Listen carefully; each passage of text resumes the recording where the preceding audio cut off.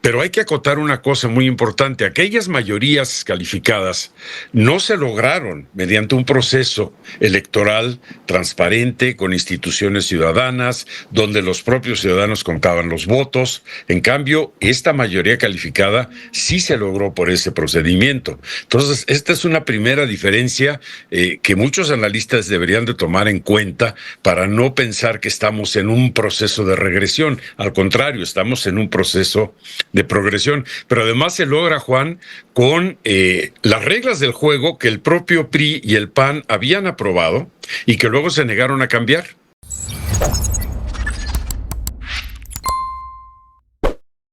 Un saludo para los pregoneros, con todo mi corazón. Un saludo a los pregoneros.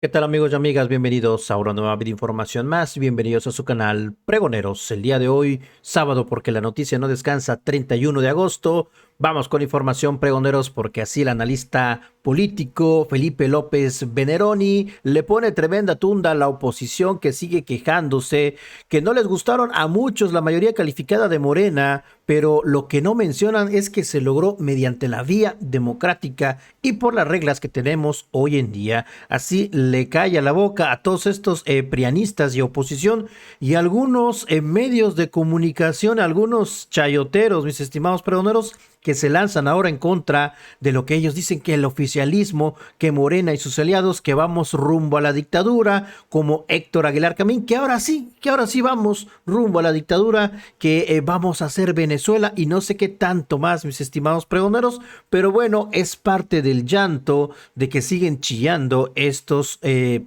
la derecha, mis estimados pregoneros, en nuestro país. Y Berta Xóchitl Gálvez, que como lo podemos ver en la imagen, así se despidió del Senado de la República, la que decían que era el fenómeno por parte de la oposición, por parte del PRIAN, la ex candidata, así ya hasta se fue del Senado de la República, y lo que sube a sus redes sociales es lo que hizo vestida de botarga, vestida de dinosaurio, cuando se amarró en la antigua sede del Senado, y todos estos ridículos como la Casa Gris y todo este circo y show que ahora al parecer, como la senadora que aún quedó ahí, mis estimados pregoneros, de las tres, tanto Kenia López como Lili Téllez como Xóchitl Gálvez, la única que quedó por la vía plurinominal es pues Lili Téllez, pregoneros, ante estos poquitos senadores de Acción Nacional. Oposición no tiene autocrítica, tienen que regresar al electorado, así se los dice y así los acaba el analista López Veneroni. Están muy alejados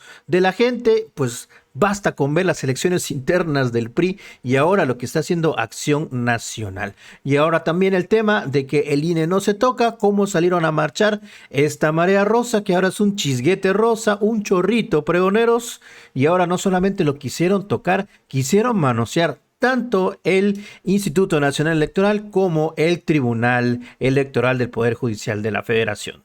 Vamos a verlo. Pues ya viendo listo ya este proceso en el que se dará pues el traspaso de la banda presidencial, que es un fenómeno que marca pues el reloj democrático en México. Entonces ha sido muy interesante ver esto y no sé, Juan, yo quisiera hacer una acotación importante. Muchos se han quejado de que este regreso a una mayoría calificada por parte del partido en el poder equivale a lo que ocurría en México hace 40, 50, 60 años con los famosos carros completos del PRI.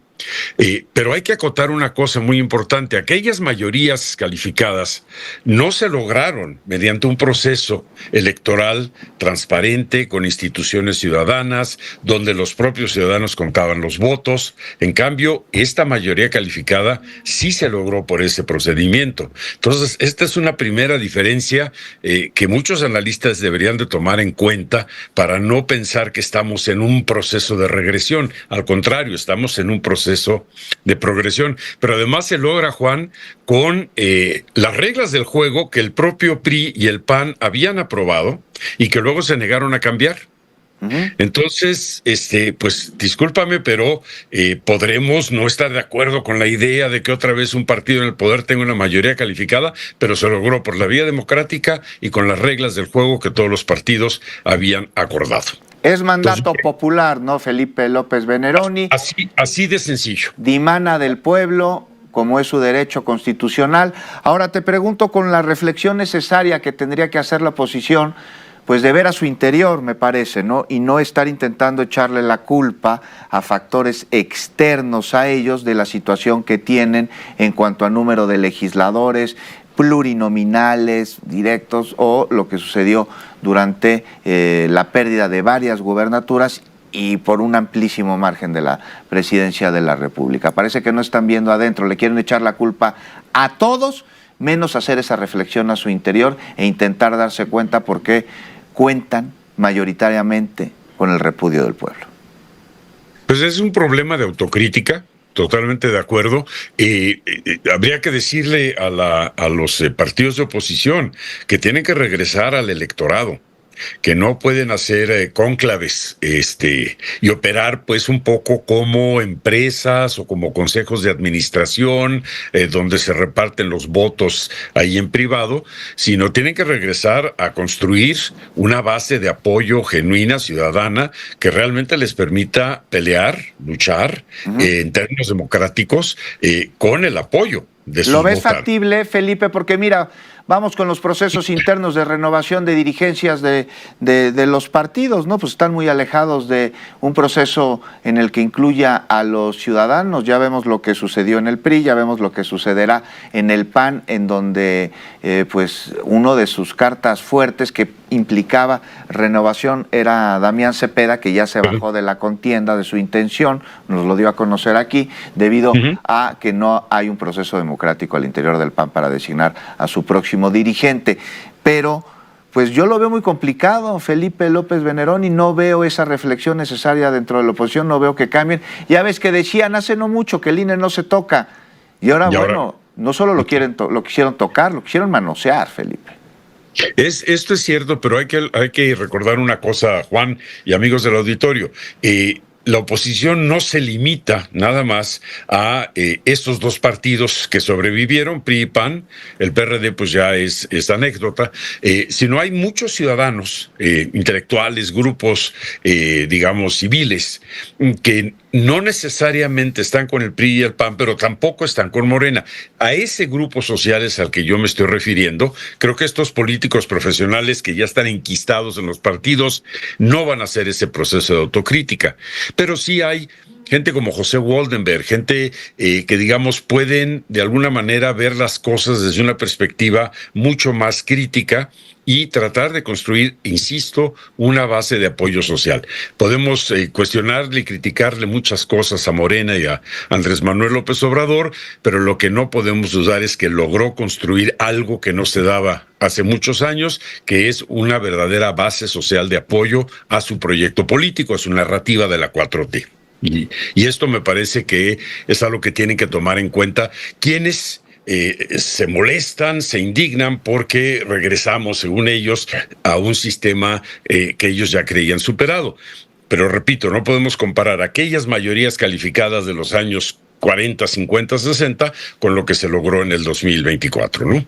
Oye, Felipe, y bueno, ¿cómo quedan conformadas las cámaras? Ahí vemos quiénes serán los presidentes de las mesas directivas. Ifigenia Martínez va a colocarle a Claudia Sheinbaum la banda presidencial de mujer a mujer. Y Gerardo Fernández Noroña, con quien conversaba yo el día de ayer, acabo de transmitir parte de esta conversación hace unos minutos, pues tendrá la labor de intentar pacificar la discusión cuando suba de tono, cuando generalmente a quien vemos enfrascado en estas discusiones es a Gerardo, ¿no?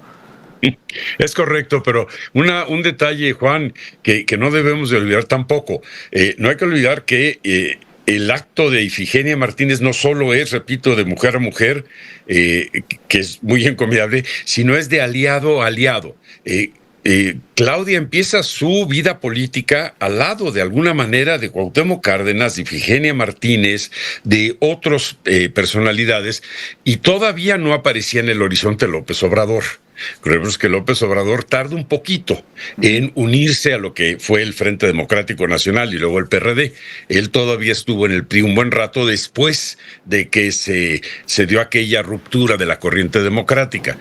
Claudia está en escena, justamente con Cuauhtémoc Cárdenas e Ifigenia a finales de los 80, y entonces me parece un acto muy interesante que sea aquella antigua aliada, aquella mentora, por así decirlo, y ya vimos cómo Claudia también ha rescatado mucho la cercanía con Cuauhtémoc Cárdenas, incluso jalando a trabajar a su hijo dentro de su grupo político cercano, y entonces me parece que es un reconocimiento a ambas por los años de lucha.